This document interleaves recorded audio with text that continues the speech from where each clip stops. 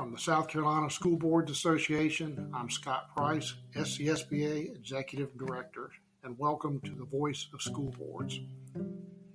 It's in the complex world of public education that school board members find themselves squarely at the forefront. From the loftiness of policy development and having a vision for schools to the rudiments of budget developing and building classrooms, school board members are tasked with addressing the challenges and inequities in education. Oftentimes, in the process of doing so, school board members' voices and that of other local leaders become a whisper.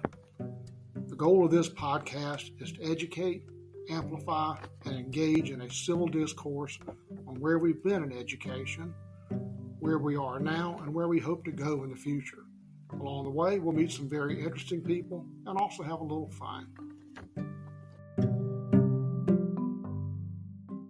Joining us today on this episode of Voice of School Boards is Amy Boozer, and Amy Boozer is the Interim Commissioner for the South Carolina High School League. Welcome, Amy. Thank you. How long have you been on the job? Well, officially, I started July 1st, so a little over a month and a couple days. Okay. Well, we appreciate you taking time. I know that you have a lot going on this time of year. School is starting back, and I know that we certainly have a lot of things going on here at SCSBA, and I can only imagine it's probably twice that much or three times with the high school league, with football starting up and sports and athletics starting up. As I noted, I live near a middle school and have been watching the practices out there in the afternoon, and it's fun because I love this time of year for many reasons, but football is one of them. So I want to thank you for joining us today, and tell me a little bit about how you got to where you are, your history with the high school league, where you were prior to the high school league, and how you found yourself, and I'm going to just say it, in the hot seat. Because I say that as a kindred spirit, because I'm in, school boards, I'm in the hot seat a little bit sometimes myself, but that's okay. That's why we're here. So just kind of tell us a little bit about yourself. Yeah, so I started my educational journey teaching at Newberry High School. So I was there for 19 years. I was a physical education teacher. I also coached volleyball, softball, and boys golf while I was at Newberry High School. I also served as the Coaches Association of Women's Sports Executive Secretary. So through that role, I started working closely with Drew Nix, who was here at the high school league, just in some collaboration with female athletics. And then also, doing rule clinics that coaches have to do and stuff like that. So just formed a really good relationship with Drew and a lot of respect for what she was doing in this profession here at the high school league. So when the opportunity came open, I applied, and ironically, I was applying for the job that Drew Nix held for many years and was hired. So that's kind of how I ended up here, and I've been here in the league office now for 10 years. Okay. And so you stepped in, you said July 1, you stepped into the role of interim commissioner, and I'm going to tell you got mighty big shoes to fill. Yes. Right. It was quite a shock when I got the phone call. I was very much overwhelmed with emotion. Just a lot was going on in my mind about this. But at the end of the day, it was just very exciting opportunity, a very humbling opportunity to be the one that was selected to kind of guide us through this transition period until a permanent commissioner is put in place. So, yeah, it's a lot. Commissioner Singleton was here for 21 years in this seat. Yes, he was. And again, Jerome is an icon in South Carolina, and as well as with the high school league, and certainly enjoyed our time working with him and the league over the past several years. So you said you were humbled to be asked and all that, but what was your thought process? I mean, what were some of the things that were just sort of running through your mind and thinking through whether this is something you wanted to do or not? Well, the interesting piece is Commissioner Singleton has always established in me a lot of confidence. He's always built me up that, if I wanted to pursue this job, that I definitely could. And I would keep telling him, no, sir, I don't want it.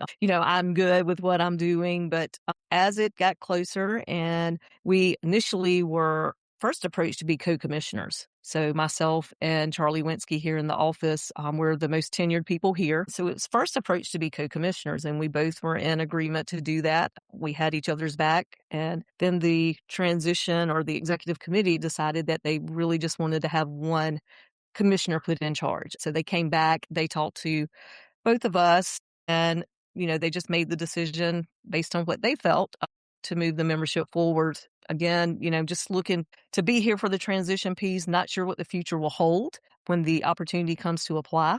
But I was very, like I said, very humbled that they did select me, and the membership is my main focus. Do you know, can you tell me, has there been like a timeline set or anything, or is that still kind of early stages for that? There has not been a timeline set. The unique thing is we had an executive committee that was in place. That executive committee is the one that moved forward with the hiring of the interim commissioner.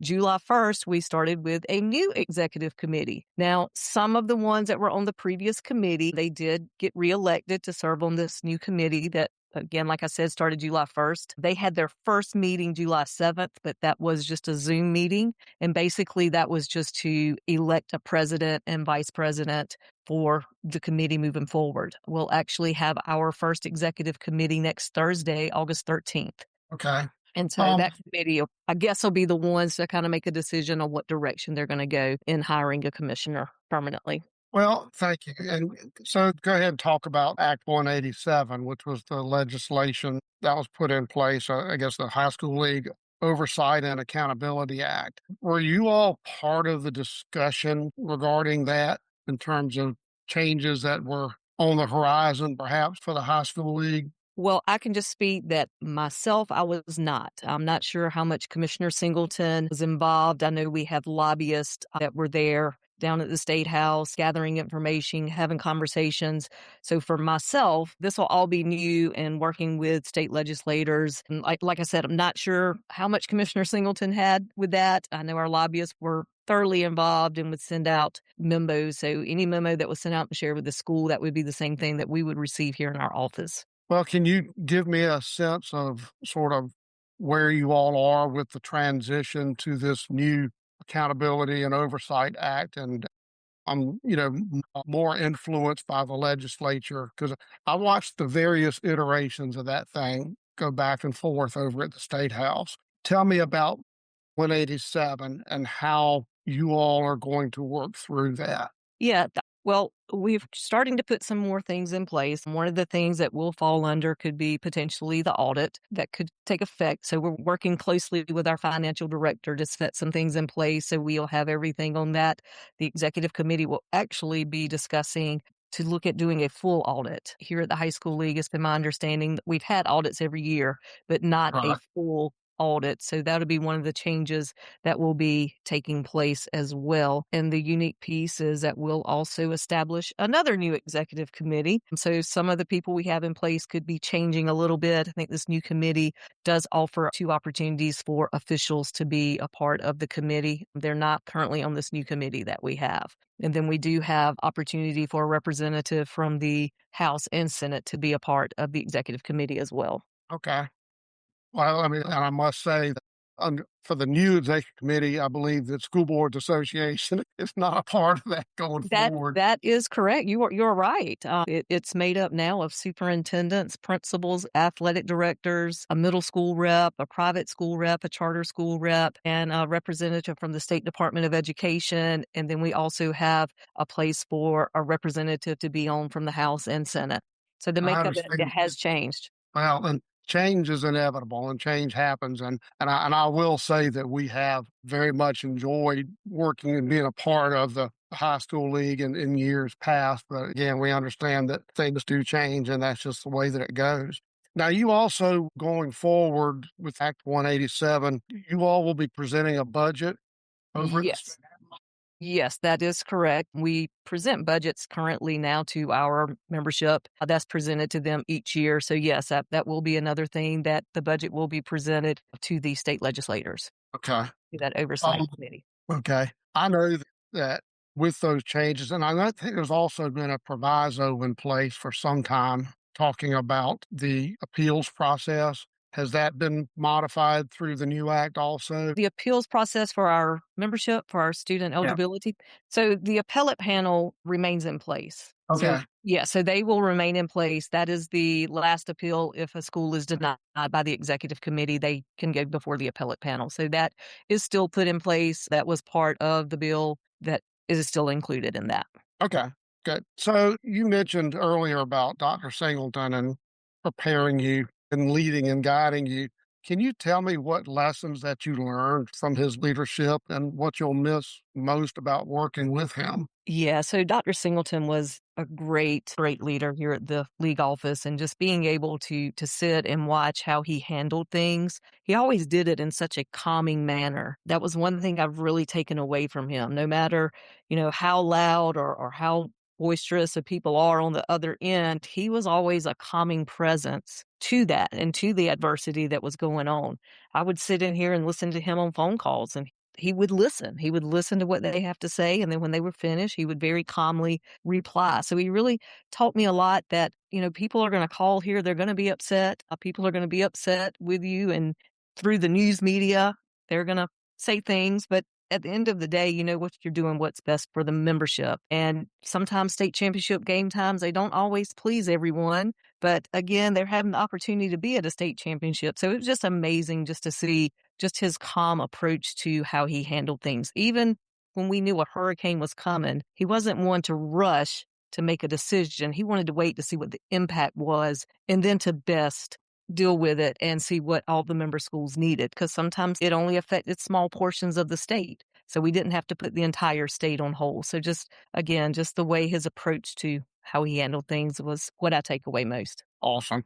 It's funny what you mentioned about the calls that you get, et cetera, because I imagine that no decision of the high school league is ever 100% supported. I mean, there's going to be half the people are upset with it, and, Right. and the other half think it's the right thing to do. So, again, kudos to you for your willingness to take on that very important role because the high school league, and as you know, and high school athletics are huge in South Carolina, huge all over the country, but especially huge in South Carolina. And so many people find themselves, on Friday nights at the local high school game. So that they never really think about who's behind all of that and who makes all of Right. that.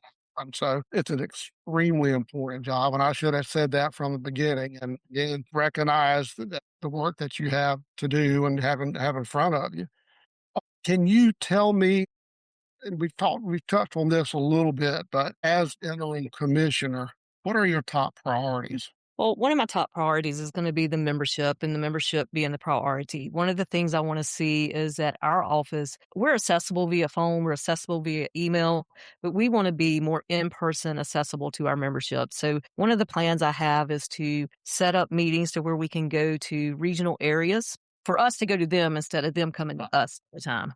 So I just feel like that gives an opportunity that we can have different conversations than what we typically have here when we have a classification meeting. So just getting back out in front, reconnecting with our member schools on their turf, basically. We're coming to their turf to meet and have open conversations and so forth. So that's one of the challenges once we get finished up with all of our rule clinics and mandatory meetings that we're going to be pursuing later to get out and visit with these schools, and also finding more opportunities to maybe serve in some professional development capacities with coaches. I think being in front of the coaches is important as well. The only time we really get to interact with coaches are going to be at a rules clinic or if they are participating in the state championship. So we're very limited in when we actually get to have face to face and real conversations with our membership. So being intentional on that.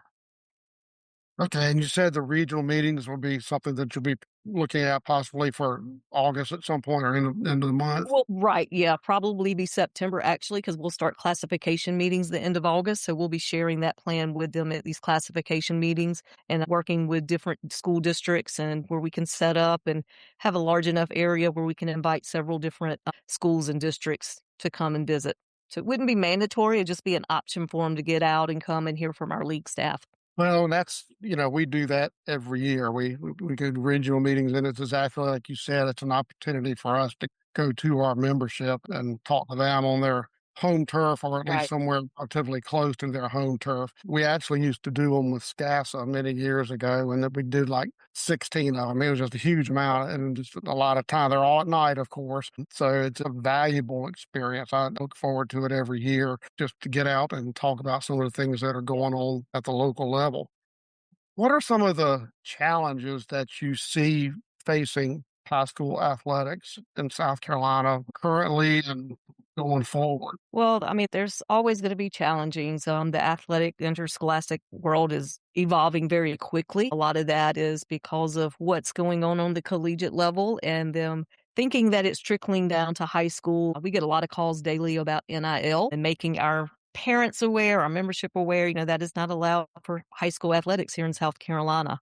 So that's one of the challenges. The new transfer rules that have been put in place based on the legislation and what has passed, that's going to be the one-time transfer is not gonna be the big issue as much as the bona fide change of address and really educating our members on what is a bona fide change of address. So the educational piece on that, that's gonna be unique. It's amazing that we're only 1 year removed from the bona fide change of I have a address. question. What is a modified change of The address? bona fide change of address means the entire family unit is closing out that residence and moving into another school district or school zone attendance area.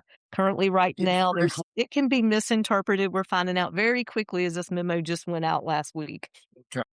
What other challenges with sports? I mean, I know that, obviously student health is an issue and Yes, safety. well, and that is becoming more and more on the forefront, just the different things you can do to ensure the student safety, all the different medical testing. I know there were some things in state legislation they did just pass that coaches have to be first aid certified, but, looking at them wanting to have EKGs done on all student athletes, that's costly for a small population. Not really want to say that's a challenge, but there's a lot of safety things that are being discussed. Officiating officials, the number of officials, that's always a challenge for interscholastic athletics across the nation, not just here in South Carolina.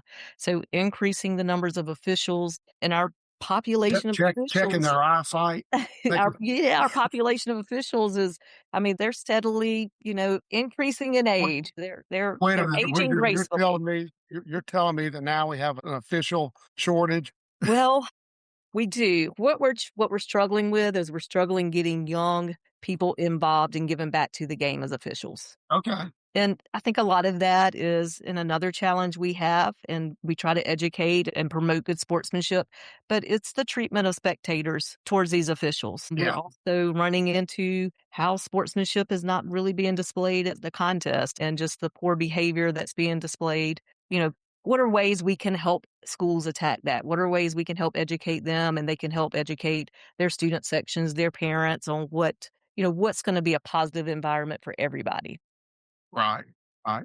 And I imagine also this time of year, getting back to some student safety, just the heat issues Yes. Yes, in South and we Carolina. have right, and we've implemented the wet bulb globe thermometer that has to be used and monitored throughout practice, and that's for all fall sports. A lot of people just wanna focus on football only. Well, yes, football is your one that does have to put on the pads and all of that, but they can go without shoulder pads and girdles and helmets and still practice, but you still have your girls that are out there on the tennis courts, and those tennis courts can get extremely hot. So monitoring the heat out there and making sure the athletes know what you can do, how long you can be out there, because there are restrictions that we have. We put in place preseason guidelines for all of our fall sports, and football's a little bit different because they do have a heat acclimatization period. But Right. we do try to do the best when it comes to gradually returning to practice on these nice hot days in August. Typical South Carolina summer. How long has high school league been around? It's over 100 years because we celebrated. Okay. Yes. And I imagine there's been traditional ways of doing things for the high school league just over the years. And how do you balance the traditions that are attentive to high school sports? You mentioned football, basketball, the classics, and the new sports that are coming in. How do you balance that with all the changes that we're seeing in education and athletics and even in legislation? Yeah, so there has been a lot of tradition here at the high school league, and some of that tradition has been changed in recent years. Part of that has been changed due to venues and where we're able to have contests and the number of classifications. So if you recall the last realignment, we had six basically different state championships that we were offering because 5A was split. So we had to add an extra weeknight that was non-traditional for football to play, so they were playing on a Thursday, not your typical Friday, Saturday. So just having to make some of those changes based on what sports we're offering, it presents change that has to occur, and not everybody likes change. I understand that. I'm one of those, I like to be set in my ways, and just that's kind of how I want to go. I'm Yeah, very hesitant to change, and it's like our state swim championship. This changed with COVID.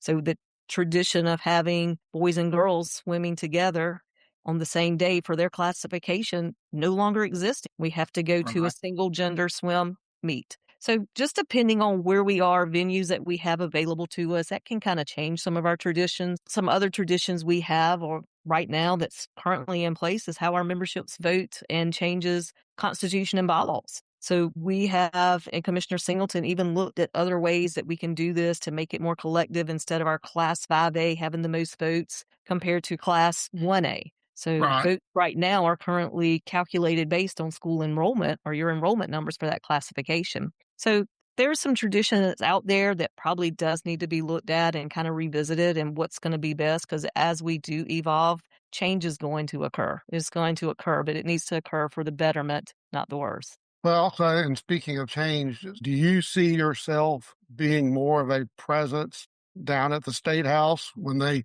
come back in January? Absolutely. I think that's going to be a priority of whether I'm still here as the interim commissioner or who the permanent commissioner may be, that's going to be a priority moving forward. We really have to get down there. We really have to develop relationships, just making sure that they see us. Let's have real conversations and being able to collaborate, I think is going to be really important as we move forward through this in the future.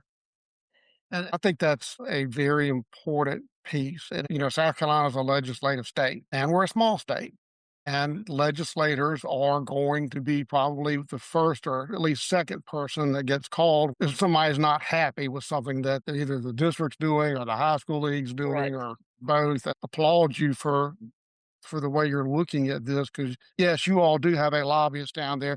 I think the first time and ever that you all have had an actual contract lobbyist over at Yes. the state house, and I think that's helpful. And I also think it's very helpful for you to be building those relationships and being a presence down there. And it's tough. It can be all consuming when you do get down there. But I applaud you for that because I do think that's important. And advocacy is something that we try to instill in our membership across the state. And, having local advocates to work with delegation members at the local level too is very important. So I applaud you for that. It's something that I think will pay off going forward. Do you want legislators? Do you want parents, people pick up the phone and call you, Amy Boozer, if they have an issue? Look, I love what I do. I love what I do for the league. In my job, I mean, I receive up to 30 phone calls a day potentially, depending on the time of the year. So I, don't want the disconnect between the member schools and the coaches and the athletic directors and principals just because I'm sitting in a different role here at the office to not feel like they cannot reach out.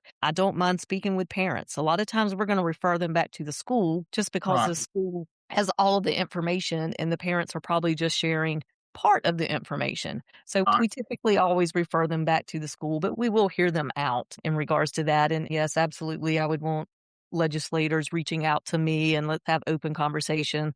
Let's see what we can do to work through the problem that's been presented. And I think it was maybe my second day on the job. I got a call from my first legislative office. So Welcome to the jungle, so to speak. Well, I wanted to ask you also, how does the high school league work with school boards? And what kind of message would you like to send school board members and other educators about your role as you work your way through this transition? right, and that's a great question because, our previous engagement with school board members has been through their seat at the executive committee. I don't think we send correspondence out to school board members. We do have them reach out, ask questions. I have a couple that when I was in the associate commissioner job, they would call and ask questions and that may be something where you and I can sit down is what can we do better? What can we do better to get information out there? Because we do know the school boards are extremely important when it comes to decisions being made on the district level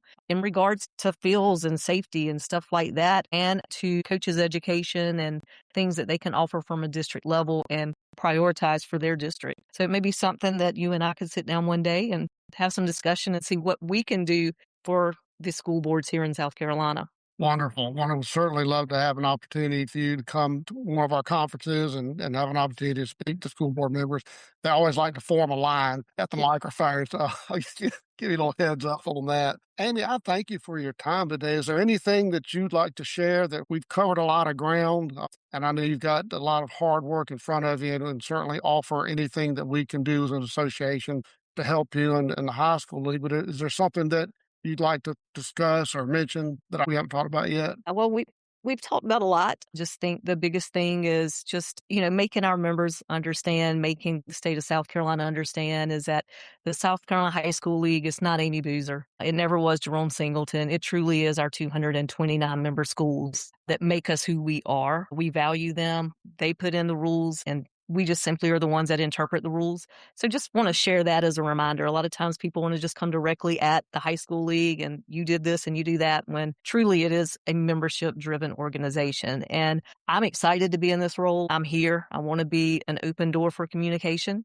and I'm looking forward to the opportunities that will be presented to me during however long this interim position lasts, or if it develops into permanently being in this position. But I'm definitely looking forward to the challenges, but also the fun times that are going to come, because there is a lot of celebrations that we get to do from this all as well. Awesome. Well, Amy, thank you for joining us on this episode of Voice of School Boards. We wish you well. Like I said, look forward to meeting you in person and offering that whatever we can do to help and assist with the high school league. We'll be more than happy to do that. So thank you for joining us today. Well, thank you for having me, Scott. I've really enjoyed it. And